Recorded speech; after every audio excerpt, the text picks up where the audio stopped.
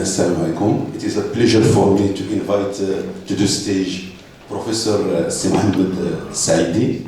Professor Mohamed Saidi is an excellent researcher.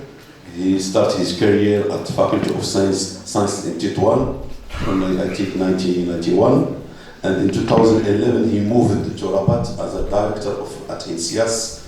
Okay, and he developed a lot of collaboration with US, and he was also the former general chair of IEEE in Morocco. Okay, and let's welcome Professor Mohamed Saidi.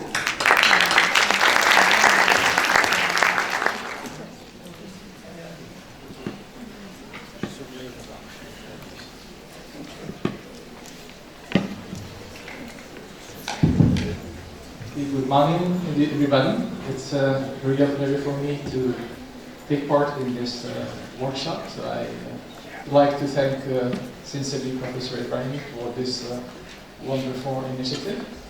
So there will be a lot of overlap between my talk and what was presented in the former presentation by my friend Frank. Well, this is an overview on new advances in medical technologies that are also known in short by the acronym MedTech. Well, I would start by the kind of classification for the MedTech development and booming technologies today. So you have here some statistics and some interesting data in the healthcare sector regarding the trends in terms of the population that are concerned by healthcare within 2020. We are more than 8.7 trillion US dollar. That's the cost for the healthcare sector predicted, and also the aging population in 2015. It's poised to double. This is also one of the challenges that are that may be addressed by MedTech. But of course, as it was said, medical technologies bring in wonderful solutions through the different applications, either for diagnosis, treatment, and other applications. Well, let's start with the definition for MedTech. Medical technologies may broadly include medical devices, information technology, artificial intelligence, biotechnology, and healthcare services. Such technologies are intended to improve the quality of healthcare through earlier diagnosis, less invasive treatment options, reduction in hospital stays, rehabilitation times, and cost. According to a saying here from an officer of the World Health Organization in Africa, MedTech could accelerate universal healthcare in Africa. This is also one of the major, I would say, benefits of MedTech. So integrating technology into Africa's healthcare system is key to opening them up faster to the poorest and most vulnerable people. Okay. So using more technology presents a big opportunity for rolling out universal health coverage in the region. And I think in our country, we are part of this continent, and we are concerned also with this kind of benefits. Digital information is bringing unprecedented benefits and I would say revolution to the healthcare sector through different applications. So digitizing healthcare is a key enabler for high-value healthcare. So we are talking also about the next digital revolution which is sweeping over the healthcare industry with amazing groundbreaking innovations at different levels: diagnosis, treatment, health record management, and so on and so forth. Artificial intelligence, as it was explained through the different examples that were presented and discussed by Frank, are disrupting also healthcare today with the different innovations that they bring in. So in terms of technologies involved, there are several ones. AI is one of them. So at the the top of the list according to a recent survey by Frost and Sullivan that was performed during 2019. Big data analytics is one of the most important technology within the healthcare sector today. We have seen some examples during the former presentation, like genomics and their applications. Artificial intelligence is also very important because it's linked mainly to big data analytics and genomics. Mobile health is also a wonderful application within the medtech. Cloud computing is an infrastructure used for different applications and services within the medtech. Robotics is also considered among one of the important applications, and technology is available in medical technologies. We have seen examples like robotic surgery, which is one of the important applications. 3D printing, we have today wonders in the framework of 3D printing. We have seen recently even living heart developed by a research lab from a university in the Middle East. Blockchain is also another technology that's providing security and privacy, because all the transactions that are taking place within, technologies, especially when we're talking about data privacy, information privacy and security, which is a big concern in technologies.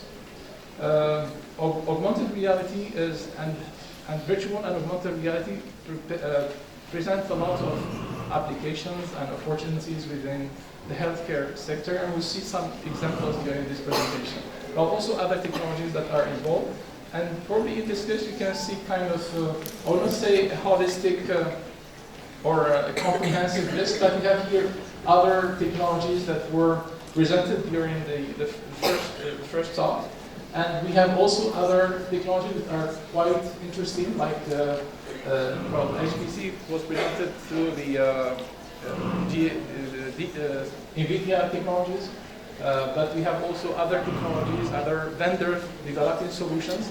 And in the university, we have some platforms that can be used in the same school where I work. We are in the process of acquiring an HPC infrastructure that will be used to develop some kind of applications in framework of healthcare.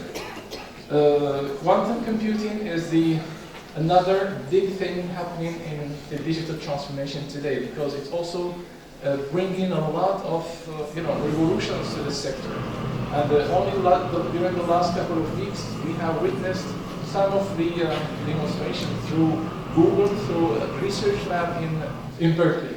So it's really very promising, because it will bring unprecedented computing power that could be used for genomics or other applications using artificial intelligence for the healthcare. We have also the Internet of Things, and more specifically the Internet of Medical Things, because today we use a lot of wearables, we use a lot of connected sensors that produce data that is collaborating and producing big data that can be used in the healthcare sector for different applications and for different purposes.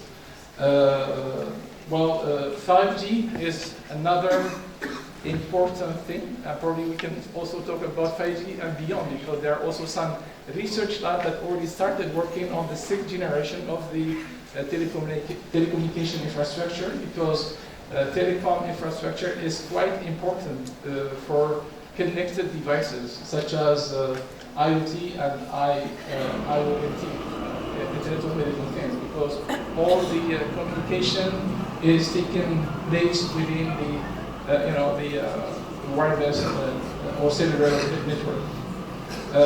We have 3D printing. Through 3D printing, we have seen different applications in the former presentation, so I'll not discuss this one here. For artificial intelligence, you can see here different scenarios of applications within the healthcare sector for diagnosis and treatment. Clinical decision support symptom analyzer, for example, treatment efficacy versus effectiveness. We have also computer vision for radiological image analysis, ECG and EEG, We have also the predictive modeling for risk and stratification. We have also virtual assistant like chatbots, which provide different applications within the framework of the health sector today. Precision medicine, which is mainly based on genomics, and also we have already seen some examples in the former presentation. Well, in this article from National Institute of Health in the US, we have a very interesting statement or claim that artificial intelligence enhances MRI scans. This is true because, as it was explained before, the radiology analysis techniques or applications based on AI outperforms human radiologists in many ways. So we have seen some data in the former presentation, and it's widely used today in this kind of applications. For 5G, let's look here at the different features that make this technology very valuable for healthcare today. So we have increased speed and bandwidth, which is provided for all the connected medical devices. We have also for telemedicine, for robotic surgery or tele-robotic surgery. We have more medical devices connections to the this network because it provides very large bandwidth, better battery life for remote IoT devices, which makes it also very useful for all kinds of applications within the healthcare sector. Low latency capabilities, more specifically for telemedicine applications and telesurgery. Enhanced real-time remote patient monitoring, greater video resolution capabilities for telehealth, and enabling futuristic capabilities like remote surgery and haptics. And all these technologies are today very important for smart hospitals because, as you know, smart hospital is a kind of a connected hospital that's using all kinds of digital transformation enabling technologies for different purposes, either for diagnosis, for treatment, even for the management and the operation of the hospital. It's not only based on 5G, as it was mentioned earlier. We have a set of technologies that are collaborating together to provide, the smartness or the way the hospital is working. So the Internet of Medical Things is today a very important revolution within the health sector because it's providing all kinds of devices, sensors, applications that are contributing to different tasks and operations within the health sector. There are also very interesting trends that are presented in this slide that show the way this technology is progressing, evolving during the next few years. In terms of number of connected devices, so according to Cisco or other vendor, the number of IoT devices that are predicted to be connected to the internet will reach the number of 50 billion connected devices, 50 milliards d'objets connected. That's really a very big number compared to the number of connected people to the internet. So for the first time, maybe we have probably fivefold or more than 5 times the population on Earth connected to the internet.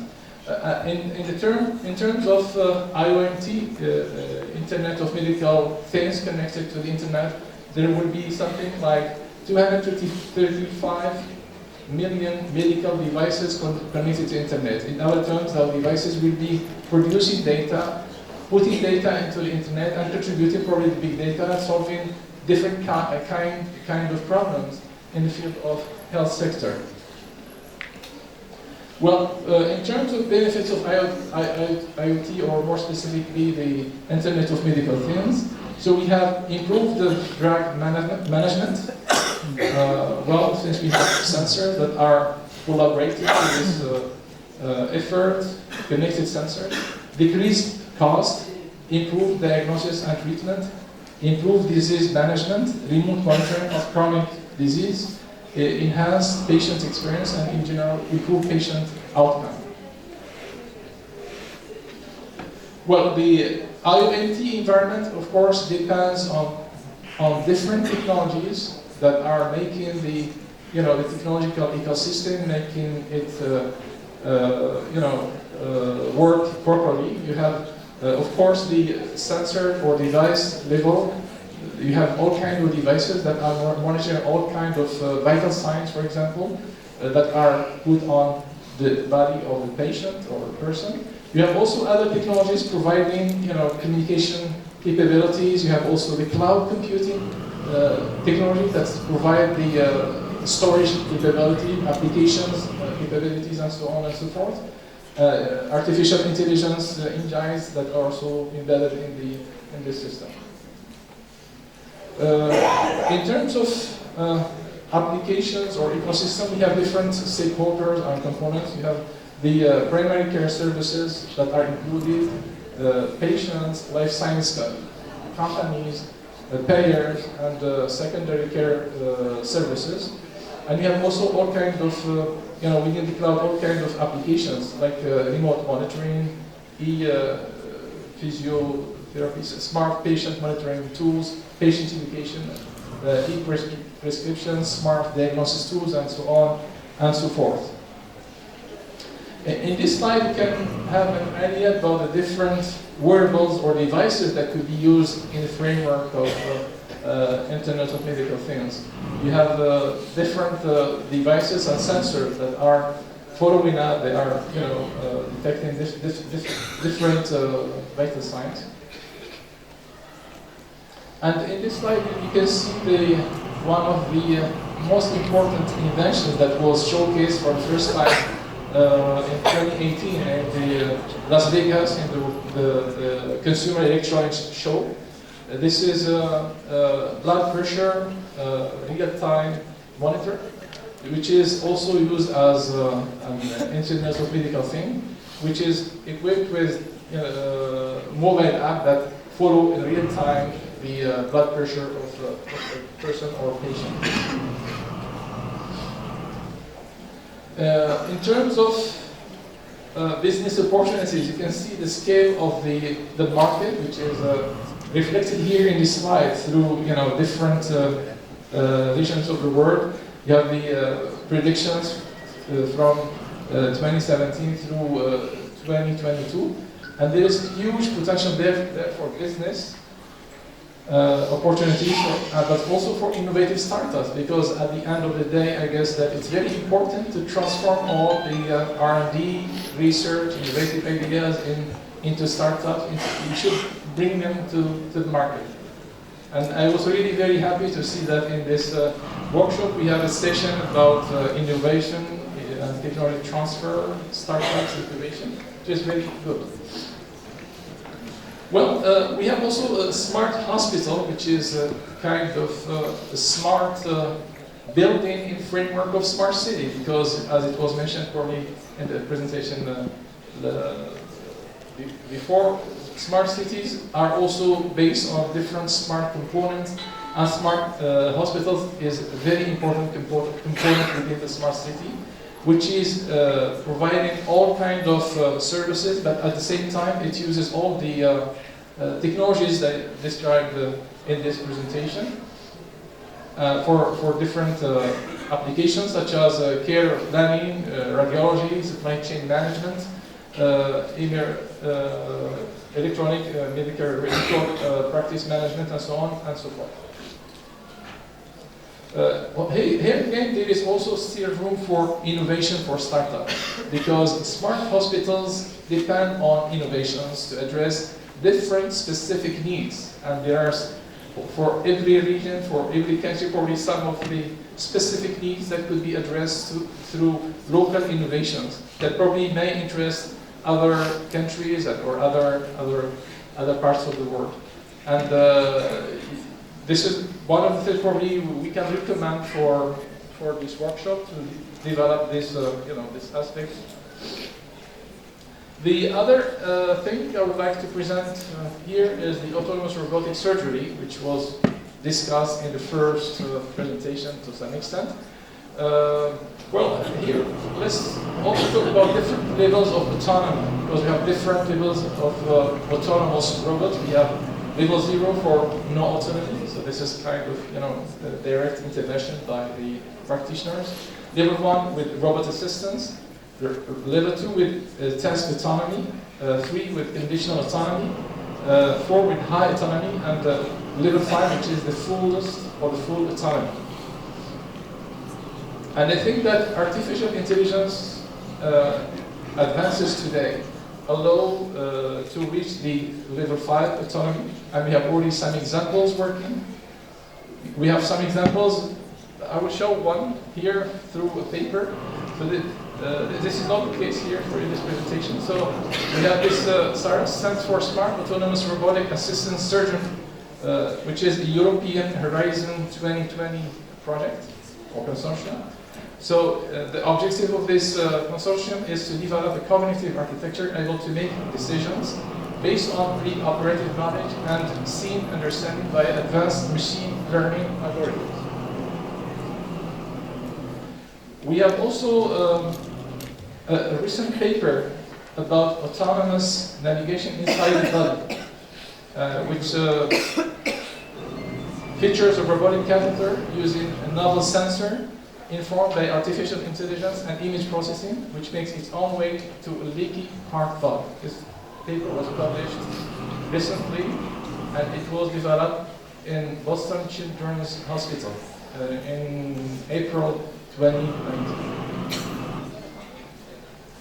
Well, precision medicine or personalized medicine is also one of the big things that's happening today, thanks to artificial intelligence in the healthcare sector. So, as it was explained before, probably we can stress here 4 applications for precision medicine. Well, first one is to increase survival rates, of course, through different advances and optimizations it produces. It targets tumors with greater accuracy, if we use genomics, for example, analytics. It mitigates unnecessary treatment. And the last one, it reduces prescription errors.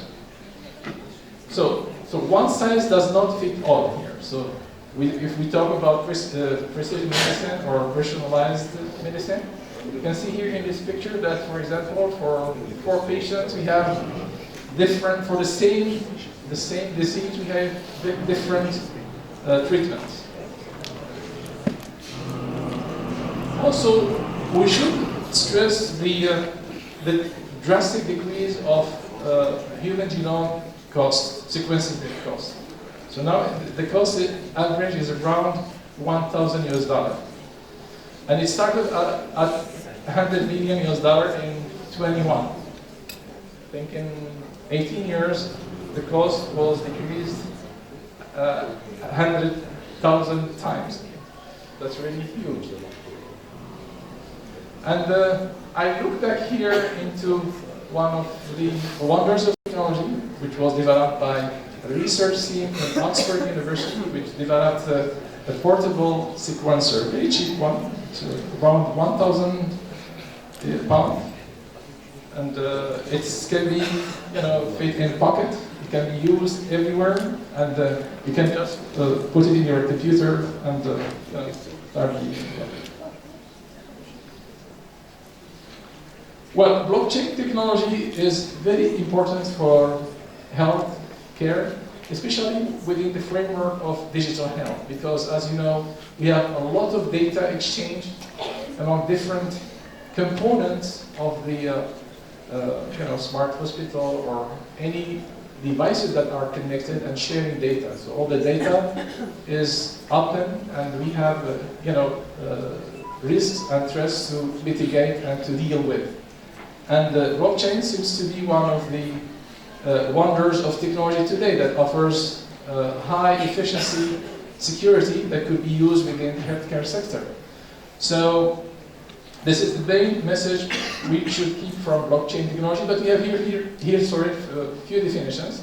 So blockchain technology was initially proposed in 2008 in a paper published by Japanese scholar Satoshi Nakamoto that proposed an electronic payment system named the Bitcoin. So you can make the link between the payment sector and healthcare sector in terms of security requirements, especially when it comes to data security and privacy.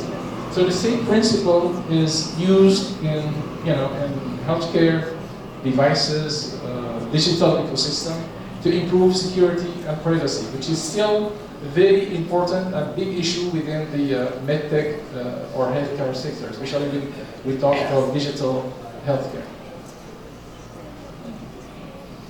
So for blockchain, there are also other applications, such as decentralized management. So the benefit here is the patient owns and controls access to their healthcare data, facilitate transfer to other providers. We have immutable audit trail for medical data cannot be changed. So this is also very important. Data provenance, the core blockchain feature. And benefit here is medical records are source verifiable, which is also very important for the integrity of data. And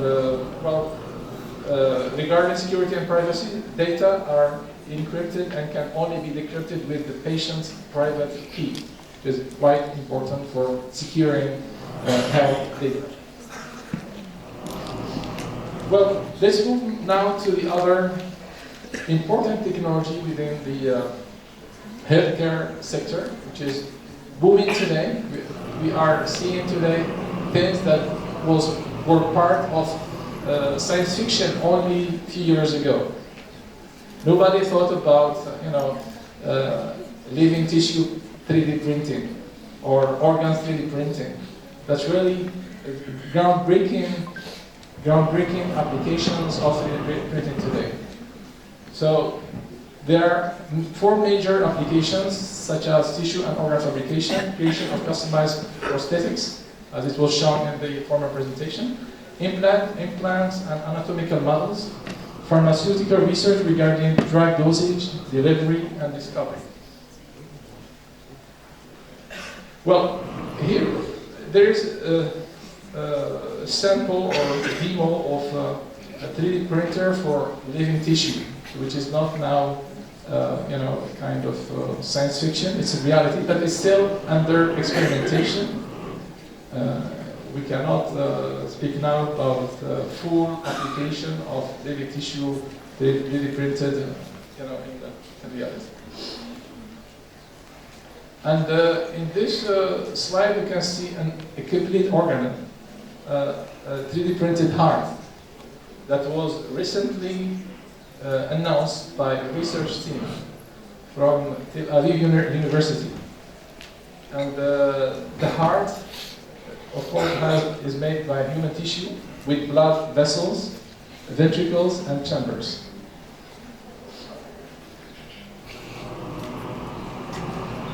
Let's move now to the virtual and augmented reality technologies, which are also presenting a lot of benefits within the framework of medical technologies or digital health. So for the applications we can highlight the prevention and wellness, objective assessment, improved adherence, facilitated behavior change, distributed care delivery, and management of chronic conditions. So there are also huge benefits expected from VR and AR. In terms of academic research, there are many papers that demonstrated that those technologies can effectively treat a wide variety of clinical problems, ranging from addictions to stroke to post-traumatic stress disorders. Well, in the framework of artificial intelligence, we have robotics, which are machines, or robots which are machines, but we have also software robots, which are referred to as chatbots, that can fulfill different applications within a digital healthcare environment. So a chatbot is a piece of software designed to simulate human conversation, and it is powered by artificial intelligence and machine learning. Chatbots have massive potential for successful implementation across the healthcare sector. In the recent years, the number of health chatbots has seen a drastic rise or multiplication. You can see here an example of a hospital management chatbot that follow the, that provide the following applications for electronic health data management, billing, scheduling, personal digital assistant for doctors, practice managers, and for other stakeholders. In this chatbot called Ariana, we have here the mobile app that's discussing with patient, providing some kind of information to patient on specific topics. So I think that chatbots today are also very important tool within digital health because it provides all kinds of applications and they are very valuable in this environment. Well, in my last slide, there is a call for action. In my call for action, actually, I will put the stress on 4 things.